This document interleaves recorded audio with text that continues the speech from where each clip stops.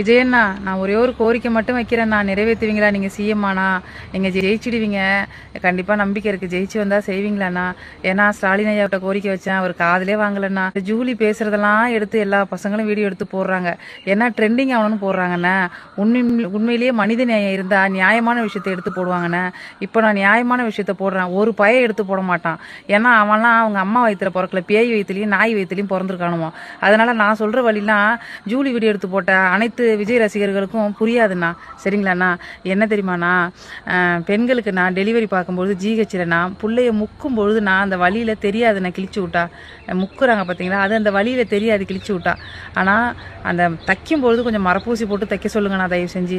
சின்ன ப்ராசஸ் தான்ண்ணா, மரப்பூசி போட்டு தைக்கலாம். ஒரு டாக்டரே என்னோட லைவ்ல வந்து சொன்னார், அது ஒரு சின்ன ப்ராசஸ், மரப்பூசி போட்டு தைக்கலான்னு. ஆனால் அதை அவங்க பண்ண மாட்டாங்கண்ணா, அவங்க துணியை தைக்கிற மாதிரி தைக்கிறாங்கண்ணா. அவங்க ஏதாவது அந்த பிரசவிக்கிற பெண்கள் ஏதாவது கேட்டால் என்னடி எழுத்து பேசுகிற அப்படின்னு சொல்லி வேகமாக தைக்கிறாங்கண்ணா. அப்படியே குத்தி குத்தி ஊசியால். பாவம் தானேண்ணா. அந்த செவிலியர்களுக்கும் பொம்பளை பிள்ளைருக்கு அவளுகளும் அப்படி தான் பெற்றிருப்பாளுங்க. ஆனால் அவ்வளோ கொடுமைப்படுத்துகிறாளுங்கண்ணா. அந்த மாதிரி செவிலியர்களை வேலையை விட்டு தூக்கணும்.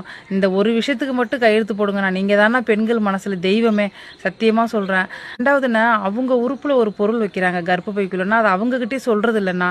நான் சொல்கிறது பொய்யா இருந்தால் நீங்கள் வேணா ஜிஹெச்சில் டெலிவரி ஆன எல்லா பொண்ணுங்கள்ட்டையும் கேளுங்க, ரத்த கண்ணீர் வடிப்பாங்கண்ணா. அதே மாதிரி காஃபர்ட்டி போட்டால் அவங்ககிட்ட சொல்கிறது இல்லை. அதை நான் ஹஸ்பண்டுக்கிட்ட கேட்கணும், அந்த பொண்ணுக்கிட்ட கேட்கணும், குடும்பத்தில் கேட்கணும்னா கேட்குறது இல்லை. காஃபர்ட்டி கேட்காமலே போடுறாங்கண்ணா. தயவு செஞ்சு மரப்பூசி போட்டு தைக்கணும்ண்ணா. அப்புறம் பிரசவத்துக்கு போகிற பொண்ணுங்களை அடிக்கிறாங்க, புருஷங்கிட்ட காட்டும்போது நல்லா இருந்தான்னு சொல்லி அடிக்கிறாங்கண்ணா.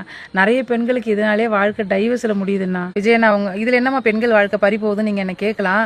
அதாவது அந்த கிழிச்சு விட்றாங்க பார்த்தீங்களாண்ணா, அது வந்து திரும்பி சரியாக தைக்கிறது இல்லை. திரும்பி அந்த பொண்ணுங்க போய் கேட்டாலும் ஒரு பேஸ்ட் மாதிரி போட்டு ஒட்டுறாங்க, அதுவும் திரும்பி துண்டு மாதிரி துண்டு போயிடுது.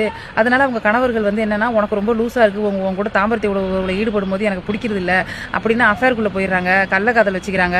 நீ வரதட்சணை கொண்டு வரல, உனக்கு கேட்க ரைட்ஸே இல்லை, உங்க கூட ஒன்றா இருக்கு, எனக்கு பிடிக்கலன்னு சொல்கிறாங்கண்ணா. ஒரு குடும்பத்தை உருவாக்காதானா ஒரு பெண்களுக்கு நிலைமை இப்படி மாறுது. அவங்க வீட்டில் இருக்கும்போது நல்லா தானே இருக்காங்க, கல்யாணம் பண்ணி போகிறதுனால தானே அந்த பெண்கள் பிள்ளை பெற்றுக்கிறதுனால தானே உடம்புல அவ்வளோ மாற்றம். அந்த மாற்றத்தினால இங்கே நிறைய ஹஸ்பண்ட் விட்டுட்டு போகிறாங்க, டைவர்ஸ் கேட்குறாங்க, அஃபேரில் போகிறாங்க. எல்லா ஆண்களையும் சொல்லலை, ஆனால் நிறைய பெண்கள் வாழ்க்கை அதனால கெட்டு போகுது. தயவு செஞ்சு பிரசவிக்கும் போது மரப்பூசி போட்டு தைக்க சொல்லுங்கள், சரியாக தைக்க சொல்லுங்கள். பிரசவத்தின் போது அந்த செவிலியர்கள் அந்த பெண்களை அடிக்கக்கூடாதுன்னு, கெட்ட வார்த்தை அவதூறாக பேசக்கூடாது. அந்த மாதிரி நர்ஸெல்லாம் வேலையை விட்டு பணி நீக்கம் பண்ணுங்கண்ணா. இந்த ஒரு கோரிக்கையை செஞ்சிட்டிங்கன்னா, பெண்களுக்கு நீங்கள் தானே தெய்வம், நீங்கள் தான் கடவுள்ண்ணா. சரிங்களா? பெண்கள் ஓட்டே உங்களுக்கு தானே, நான் சொல்கிறேன். செய்வீங்களாண்ணா? தளபதி விஜய் அவங்களே உங்ககிட்ட தான் நான் கேட்குறேன், செய்வீங்களா? இல்லை கம்யூனிட்டி பயலுவலா, மனங்கட்ட பயலுவலா, இந்த வீடியோ எடுத்து தளபதி விஜய் அவர்களுக்கு டேக் பண்ணுங்கடா. கூறுகட்ட பயலுவலா, டிவிக்கு ஓட்டு போடு மட்டும் சொல்கிறீங்களா? கண்டாரவழி பயலுவலா, வீடியோ எடுத்து டேக் பண்ணுங்கடா, போட்டு விடுங்கடா எடுத்து.